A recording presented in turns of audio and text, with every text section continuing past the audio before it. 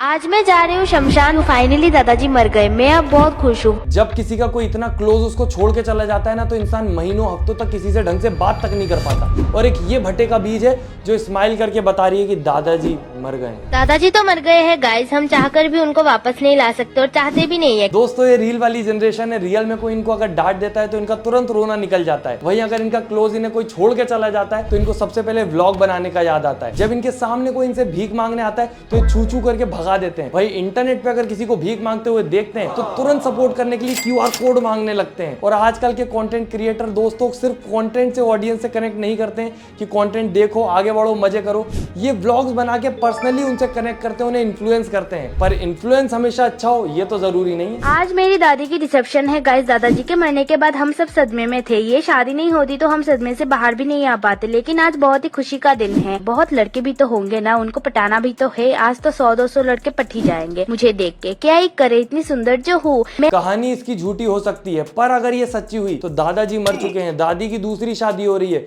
और पोती के दिमाग में सिर्फ ये है कि कैसे मैं वहां पे जाके 100-200 लड़कों को इंप्रेस कर दूं। तुम्हें शर्म है कुछ? क्योंकि आजकल की जनरेशन का दिमाग रिलेशनशिप से आगे ही नहीं बढ़ पाता। बॉयफ्रेंड बना लूं, गर्लफ्रेंड बना लूं और कुछ नहीं मिलता तो सिचुएशनशिप में आ जाती हूँ। एक ये नया शब्द लेके आ गए ये लोग, जहां पर इनको लाइसेंस मिल जाता है कि ये मल्टीपल लोगों के साथ रिलेशनशिप का ट्रायल वर्जन ले सकते हैं। ये सब क्या देखना पड़ रहा है? Hello my cute little red flags. तो अर्ज किया है हम गरीबों को नहीं पता रेड फ्लैग क्या होता है और क्या होता है हरा झंडा। हम गरीबों को नहीं पता क्या है रेड फ्लैग और क्या है हरा झंडा।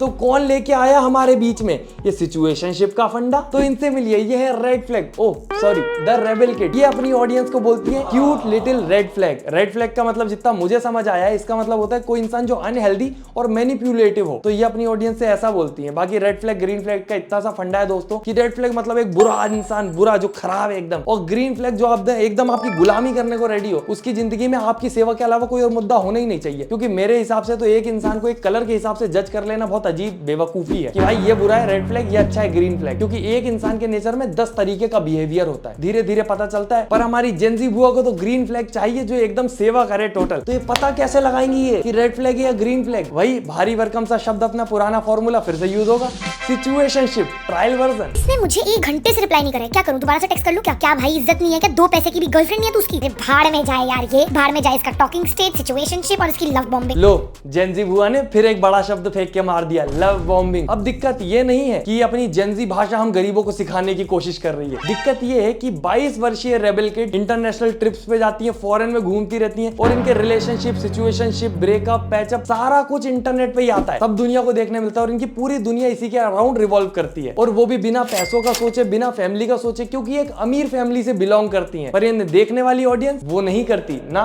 नको बिल्कुल नहीं। और अगर करते भी हैं तो मैक्सिमम उनमें से छोटे बच्चे हैं जिनको अभी दुनियादारी के बारे में पता ही नहीं है। हाय, आई एम अपूर्वा एंड मैं आई हूं अपनी बेस्ट फ्रेंड और अपने बॉयफ्रेंड के साथ थाईलैंड। एंड आज है हमारा थाईलैंड में 9th डे। अब इसने इस पूरी की पूरी ट्रिप में व्लॉग्स बनाए और पूरे व्लॉग्स की एक सीरीज बनाई जिसमें अपने बॉयफ्रेंड और बेस्ट फ्रेंड के साथ मस्त मजे करने घूमने गई है। अब दिक्कत ये नहीं है कि ये घूम रही है, घूमे मजे करे, हमें क्या। तभी एक 22 वर्षीय नॉर्मल लड़की इसको देखती है कि यार मजे तो यही कर रही है, पूरी जिंदगी एंजॉय कर रही है, मैं भी करूंगी। बॉयफ्रेंड बनाती हूँ, पैसे कमाती हूँ, पैसे जोड़ती हूँ कैसे ना कैसे करके और जाऊंगी घूमने। पर तभी एक ट्विस्ट आता है कि रेबल किड का तो ब्रेकअप हो गया, ट्रिप खत्म होने से पहले रिलेशनशिप खत्म हो गया। इनका चलता कहाँ है ज्यादा। अब आप लोग सोचो, अब हमारी जेंजी बुआ क्या करेंगी? दुखी होंगी?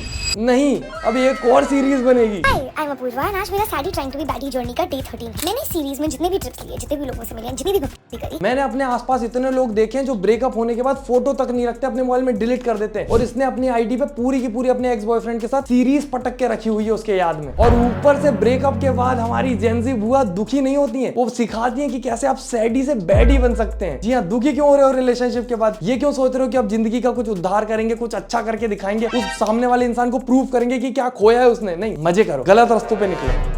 मैं बोलना नहीं चाहता, समझ गए ना। और अगर आप बाय चांस अंडर एज हो और आपको अलाउड नहीं है तो उसकी भी ट्रिक बताई है जेंजी बुआ ने। मैं भूल गई थी कि दिल्ली में ड्रिंकिंग एज 25 है। मैंने लिटरली 40 मिनट लगाए अपने आइडिया करने में। अब देखो दोस्तों, इसकी लाइफ है, इसकी मर्जी है, जो चाहे वो कर सकती है। फॉरेन ट्रिप मारे, मजे करे, नहीं करे, मेरे को क्या। पर अभी कुछ टाइम से मैंने अपनी रील देख के नोटिस किया कि हमारा यूथ बहुत ज्यादा इंस्पायर हो रहा है फॉरेन के कल्चर से। और इतना हैवी इंस्पायर हो रहा है कि कूल बनने के चक्कर में देख ही नहीं रहा कि क्या गलत है क्या सही है, बस कूल लग रहा है, करना पड़ेगा। अभी आपने रिसेंट न्यूज में भी देखा होगा कि एक लड़का था जिसकी मम्मी फूल बेचती थी। अब वो फूल बेचती थी, इतना पैसा तो था नहीं कि आईफोन दिला दे, और उसने पूरी इंटरनेट पे रील में देखा कि यार हर छपरी के पास आईफोन है, तो मेरे को भी लेना पड़ेगा अगर आगे बढ़ना है तो उसने अपनी मम्मी से जिद करी, 3 दिन खाना नहीं खाया, मम्मी को ब्लैकमेल किया, और आखिरी में उसकी मम्मी को अपनी पूरी सेविंग उड़ा के जो उन्हें फूल बेच के बचाई थी उसकी आईफोन दिलाना पड़ा अपने नालायक लड़के को। तो इतने सारे पैसे लेकर आए हो तो किसने लेकर आया बोल? इसको पैसा आप दिए या बाप? हम बाबू फूल पट्टी हम बेचीला भैया, ये खाली हमसे 3 दिन से खाना ना खाता हूं। अच्छा, ये खाना नहीं खा रहे, आईफोन के लिए खाना नहीं खा रहे। अब दोस्तों पहले का एक टाइम था, गरीब की जिंदगी अलग है, अमीर की अलग है। गरीब को नहीं पता कि अमीर के घर में पनीर बना है, वो अपने घर में सुख से दाल रोटी खा रहा है, मजे कर रहा है। पर अब इंटरनेट का टाइम है, गरीब को पता चल जाता है कि अमीर क्या कर रहा है। अब गरीब भी अमीर बनना चाहता है। अब जो कमा रहा है उसको तो पता है कि कमाना कितना मुश्किल है। हर इंसान की जिंदगी एक जैसी नहीं होती, सबकी रेस अलग अलग है। पर जो बच्चे होते हैं उनको समझ नहीं आता, इंटरनेट उल्टा इन्फ्लुएंस करता है, वो हो जाते हैं। ये सेम उसी प्रकार हो गया है कि एक बच्चे को माँ बाप अमीर स्कूल भेजते, बड़े स्कूल की पढ़ेगा लिखेगा तो कुछ बड़ा करेगा। वो वहां जाके सिर्फ ये देखता है यार ये सब तो अमीर है, इनके माँ बाप अमीर है, ये तो मजे कर रहे हैं, मैं तो गरीब रह गया। अब वो घर आके अपने माँ बाप पे प्रेशर बनाता है कि तुमने क्यों पैसे नहीं कमाए। अब वो जो है उसके पास उसमें खुश नहीं हो सकता पर्याप्त में, अब उसकी डिमांड बढ़ चुकी है। और ऐसा ही सब कुछ हो गया है जब से इंटरनेट इतना ज्यादा हो गया है कि अब गरीब देखता है कि अमीर तो बैडी बन रही है भाई, गरीब तो फोकट ही एक रिलेशनशिप के पीछे परेशान हो रहा है या अपनी शादी निभाने की कोशिश कर रहा है। अमीर तो बैडी बन के तुरंत घूमने निकल जाते हैं, मजे कर रहे हैं। और एज कितनी है? 22। अब इस एज में कोई इंसान अगर गवर्नमेंट जॉब की तैयारी कर रहा है वो सोचेगा मैं तो फोकट ही इधर माथा मार रहा हूँ, ये देखो हमारी सैडी को बैडी बन के कॉन्सर्ट में घूम रही है, फॉरेन में मजे कर रही है। पर दोस्तों हर चीज का एक समय होता है। बात यह है कि इसके मम्मी पापा रईस है, वो सही समय पे सही वक्त पे सही काम कर लिया उन्हें जो करना चाहिए था उस समय, तो वो अमीर हो गए। अब तुम्हारा टाइम है, तुम कर लोगे तो तुम्हारे बच्चे भी ऐसे ही बाद में मजे करेंगे। इनके भी माँ बाप ने कमाया है तो बच्चे उड़ा रहे हैं। पर दिक्कत ये है दोस्तों कि हम लोग गरीब हैं तो हमारे पास ये सब सोचने का टाइम है कि पैसा कैसे कमाए, क्या मेहनत करें, क्या नया अलग कर लें। अब ये अमीर लोग जो सोच रहे हैं वो तो अलग ही चीज सोच रहे हैं, तुम खुद देख लो। यार मैं तो सिंपल हूँ, मुझे एक बार कोई पसंद आ जाए तो फिर बस वही मेरा जीवन गृहस्थी। मैं तो मेरे दिमाग में ऑलरेडी शादी हो चुकी है, टॉकिंग स्टेज में एक बार वो बस इतना कह दे आई लाइक यू, बस मैं तो बच्चे कर चुकी हूँ उसके अपने दिमाग में। बाकी ये बेचारी तो जेंजी की छोटी ब्रांड एम्बेसडर है, बड़ी वाली तो बहुत ज्यादा फेमस है भाई। और वही है जिसने दादाजी के श्राद्ध वाले जो व्लॉग्स हैं वो ट्रेंड में लाई थी, उसने ही पहली बार ये बड़ा काम अपने हाथ में लिया था। और जानते तो हो ना, नहीं जानते हो तो और अच्छा है क्योंकि इससे तो भगवान ना करे कोई इंस्पायर हो ना, नको बिल्कुल नहीं। I ended my 8-month situationship. It was hard for me. वाह, ये अमीर लोग सिचुएशनशिप में आ जाते हैं। गरीब आदमी के पास रिलेशनशिप में रहने का टाइम नहीं है। उन लोगों के पास एक गर्लफ्रेंड है वो उसको टाइम नहीं दे पा रहे, इन लोगों के पास 10-10 सिचुएशनशिप चल रहा है। और बहन उसको सिचुएशनशिप नहीं बोलते हैं, उसको लड़के के पीछे लगे रहना बोलते हैं कि जब तक वो पट नहीं जाएगा तुम पीछे लगी रहोगी। 8 महीने में भी नहीं पटा वो। और उसके बाद ये क्या होता है, सिंपैथी के लिए कैमरा लगा के रोने भी लगे। कैमरा लगाना याद कैसे आ जाता है रोते टाइम, मेरे को तो ये बताओ। ऊपर से सिचुएशनशिप वाला वर्ड आ गया, हर जगह यूज कर देते हैं। सिचुएशनशिप नहीं थी, तुम एक तरफा पीछे लगी थी बस उसके। अब कोई अगर देख रहा हो जिसके पीछे कोई लड़का लड़की लगा हो, उसको रिजेक्ट करना चाह रहा हो तो वो सोचेगा यार ये बढ़िया है, सिचुएशनशिप में रखते हैं इसको, लटका देते हैं इसको, लटकनशिप नाम रख दो इसका, सिचुएशनशिप मत रखो। और एक और टर्म है दोस्तों जिसके बारे में तो अभी हमने बात ही नहीं करी, बेंचिंग। बिठा देते हैं लोग बेंच पे कि अभी जिसके साथ हम रिलेशनशिप में, कभी अगर ब्रेकअप होगा फ्यूचर में तो तुम्हारी बारी आएगी। बेंच पे 2-3 लोग बैठे रहते हैं, अलग ही दुनिया चल रही है। और हमारे ये रोही जी तो अलग ही तेज है, ये इतनी उतावली है कपल रील्स बनाने के लिए कि आज रो रही है ये कि सिचुएशनशिप 8 महीने का खत्म हो गया, अगले दिन बॉयफ्रेंड बन गया। आई मेट रोहित, और रोहित से मिलते ही ना मेरा एकदम से उसका इंस्टेंट कनेक्ट बन गया था और हमने स्टार्ट की फ्रेंडशिप से। और ये इंसान नहीं लगते न्यू जनरेशन वाले मुझे, ये चलते फिरते मेन्यू है। पहले हमने स्टार्टर में शुरू किया फ्रेंडशिप से, फिर मेन कोर्स में हमने थोड़ी सी बेंचिंग मंगवाई और फिर हमने मेन जो डिजर्ट था वो खाया सिचुएशनशिप के साथ। धीरे धीरे करके हम एक दूसरे को जानने लग गए, एक दूसरे की पसंद नापसंद और एक दूसरे का बिहेवियर, और काफी टाइम साथ में भी बिताने लग गए। काफी टाइम साथ में बिताने लग गए नहीं, काफी टाइम साथ में खाने लग गए। जितने टाइम तुम लोग साथ में हो सिर्फ खा ही रहे हो, खाए जा रहे हो, खाने के लिए बॉयफ्रेंड बनाती है मुझे तो कभी कभी लगता है। और मुझे पर्सनली इस पूरी की पूरी जनरेशन की जो सबसे ज्यादा खराब चीज लगती है वो ये लगती है कि भाई इन लोगों की जिंदगी में रिलेशनशिप के अलावा कुछ है ही नहीं। या तो आप रिलेशनशिप में हो या आप सिचुएशनशिप में हो, ब्रेकअप फेज में हो, रो रहे हो, दुखी हो, सिंगल तो हो ही नहीं सकते आप। सिंगल कैसे हो सकते हो, पॉसिबल ही नहीं है ना,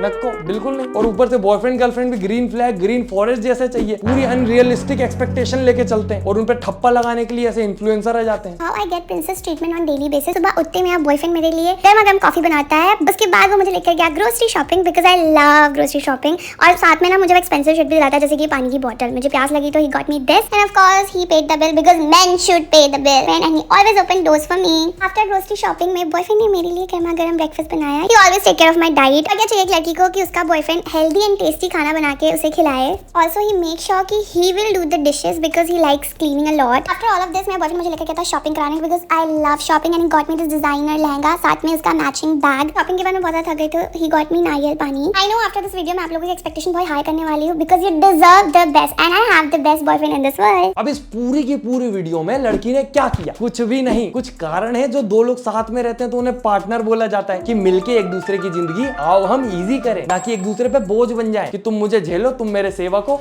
और मैं लूंगी प्रिंसेस ट्रीटमेंट। बाकी ये लोग तो अपनी एक दिन की फेक वीडियो बना के वीडियो को वायरल कर लेते हैं, पर कुछ भोले लोग इनके चक्कर में फंस जाते हैं। क्योंकि कितना ही बड़ा प्रेमी आदमी होगा, कितना ही प्यार में डूबा हुआ होगा, एक दिन ये प्रिंसेस ट्रीटमेंट दे सकता है, 2 दिन दे सकता है, 4 दिन दे सकता है, उसके बाद उसको अपने काम धंधे पे लगना पड़ेगा। कहीं से इंसान आया, उसका दिमाग खराब है, घर पे कोई काम कर रहा है, उसका दिमाग खराब है, तुम कैसे एक दूसरे को ये प्रिंसेस और प्रिंस ट्रीटमेंट रोज दे पाओगे? पर कुछ भोले लोग होते हैं, फंस जाते हैं इन लोगों की फेक वीडियो देख के और फिर ऐसी एक्सपेक्टेशन रखते हैं अपने पार्टनर से और उन लोगों के रिलेशनशिप खराब हो जाते हैं। इनको क्या, इनको तो रीच मिल गई। और वो दिन दूर नहीं है जब ऐसी फॉरेन कल्चर को एडप्ट करते करते हम लोग हर चीज नॉर्मलाइज कर देंगे जो वहां हो चुकी है। क्योंकि ये जो यहाँ अब हो रहा है ये वहां बहुत पहले हो चुका, और अब वो जिस जगह पे पहुंच चुके हैं हम वहां पहुंचने में भी ज्यादा दूर नहीं है दोस्तों। तो दोस्तों आज की वीडियो के लिए इतना ही। और मुझे पता है बहुत सारे रोही और रेबल किड के फैंस होंगे जो कमेंट में एकदम जेंजी लैंग्वेज में गालियां दे रहे होंगे, मुझे हेट पड़ रही होगी। पहले तो रोल हो यार, मैं क्या कर सकता हूँ उसमें तुम्हारा। पर जितने लोग सपोर्ट करते हैं, जितने लोग मेरे पॉइंट से एग्री करते हैं, प्लीज कमेंट जरूर करें ताकि इस हेट की बाढ़ में मैं बह ना जाऊं, है ना। बाकी चैनल सब्सक्राइब नहीं किया है तो कर लो और वीडियो लाइक कर दो ताकि और लोगों तक जा पाए। इस वीडियो के बाद मेरी फीड की ऐसी तैसी होने वाली है, पूरे जेंजी भर जाएंगे। तो let me know if you want part 2, खुशी से बना दूंगा। बाकी हम मिलते हैं अगली वीडियो में। Tata bye bye, good night, धन्यवाद। मम्मी मैं सिग्मा हूं या सिंप?